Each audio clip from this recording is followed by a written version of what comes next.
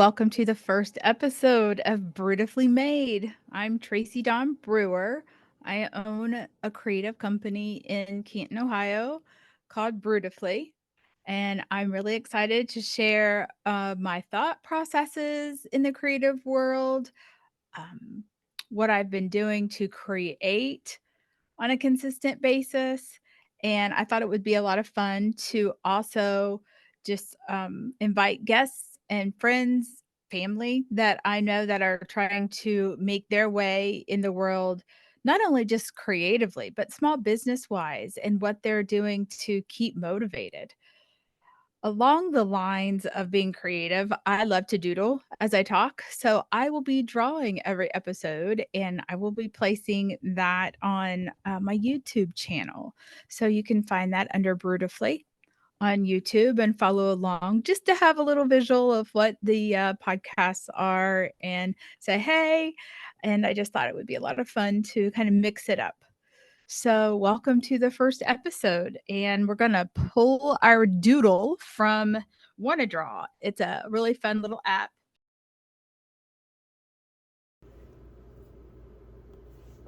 As a pro wrestler, that's interesting. Let's draw Jack Skellington as a pro wrestler. In my dream, I wanted to illustrate for like Disney. I wanted to do that as a job, but it didn't seem realistic to me because of where we lived and what opportunities were there. I mean, the art classes that I had in school were the only art classes that I had. And I can remember going into college wanting to apply to art school, and they were asking for a portfolio. And I had no idea what that was. I literally had a little bit of a modeling career because I don't know, in modeling school in Chillicothe, Ohio, and I got jobs doing that. And I had a portfolio of pictures for modeling, and that's what I thought that they wanted. I had no idea. I was so naive growing up, just didn't know. And I didn't get to apply to art school because it wasn't going to be a realistic career for where I grew up. And my parents were like, well, you're the first one to go to college, and we really think you should pick a career that you can do here in this county, because they just didn't see really past that. So we really think you should change that course. So the only thing that I could think of was art education. I could teach art. So that's the path I started on. And I started at Ohio University in the 80s, and I was going to be an art teacher. And I really did get to almost like the student teaching. I went to shadow some teachers, and I changed course because by that time I got married very early, had 3 children by the time I was 25, and went back to college after they were born, and computers were huge. And I'm like, I really want to, understand this like graphic art and computers.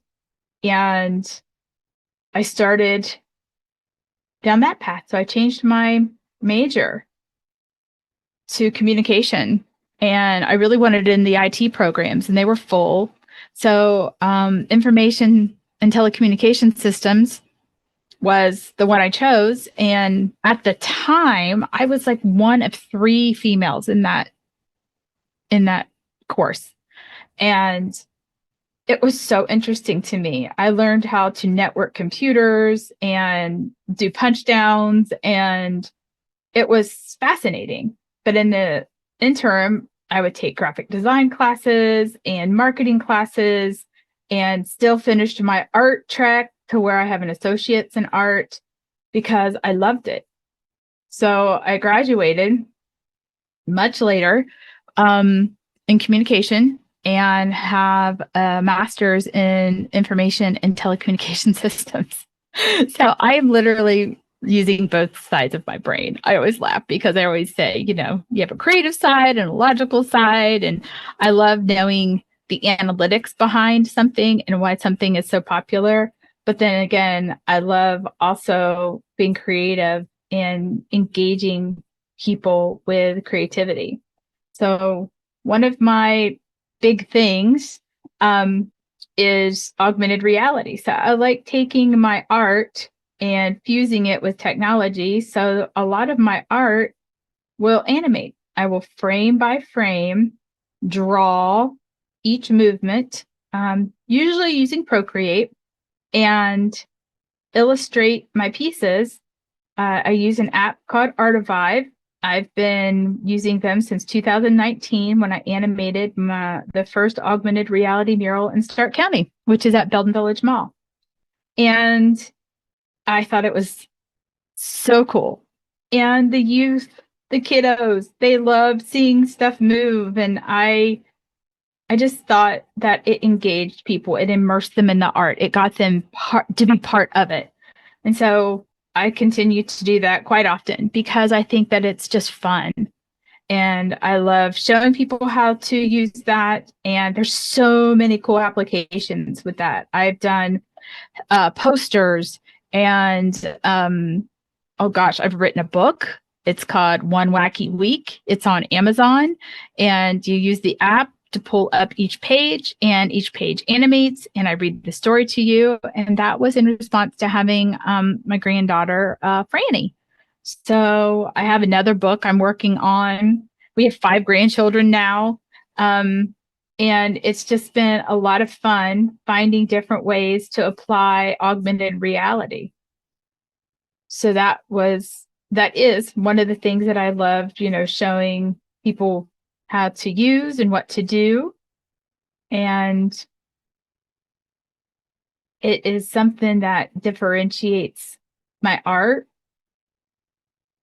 And I think that everybody needs to find something that helps you stand out a little bit, because there's a lot of noise in the world. There's a lot of stuff going on.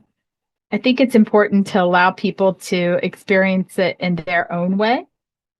So someone will look at it, they don't have to like it, but if it gets them thinking about something that maybe they didn't think of before, or they were like, I wouldn't draw that like that. Well, then how would you draw it? What would you do? Jack Skellington was one of our granddaughter's favorite characters for so long. And she just declared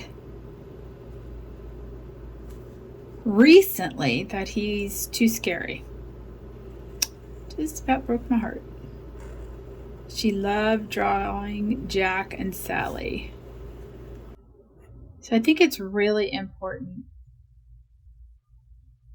to have a lot of dreams to motivate you to do things. I think everybody has goals. Everybody wants to achieve something. And it may not be creative. But I think to achieve those dreams, people have to be creative to do them. So that's where it comes in. How are you doing what you want to do creatively to promote it, to create awareness around it? Who are you looking for to help you do those things? Are those creative people? Do you even consider looking for creative people to help you do that? Or do you just wing it and just hope someone finds out about your business, your dreams? Look how he's leaning. I think pro wrestlers still dress like this. I have no idea, because I don't watch pro wrestling anymore. I don't know if I really ever watched pro wrestling, honestly. It's just what the mats look like, the sides. I know that they're out of like springy. There's lots of people in the background.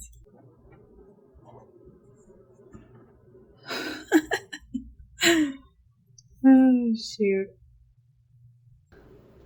But thank you for listening and thanks for participating. And I am anxious to get this out in the world on Fridays. So I hope you have a wonderful weekend. And I am anxious to talk to you next time about another idea or experience that I've had. And I can't wait to have my guests on coming up soon. So I will talk to you later. Have a great weekend. Stay beautifully made. Bye.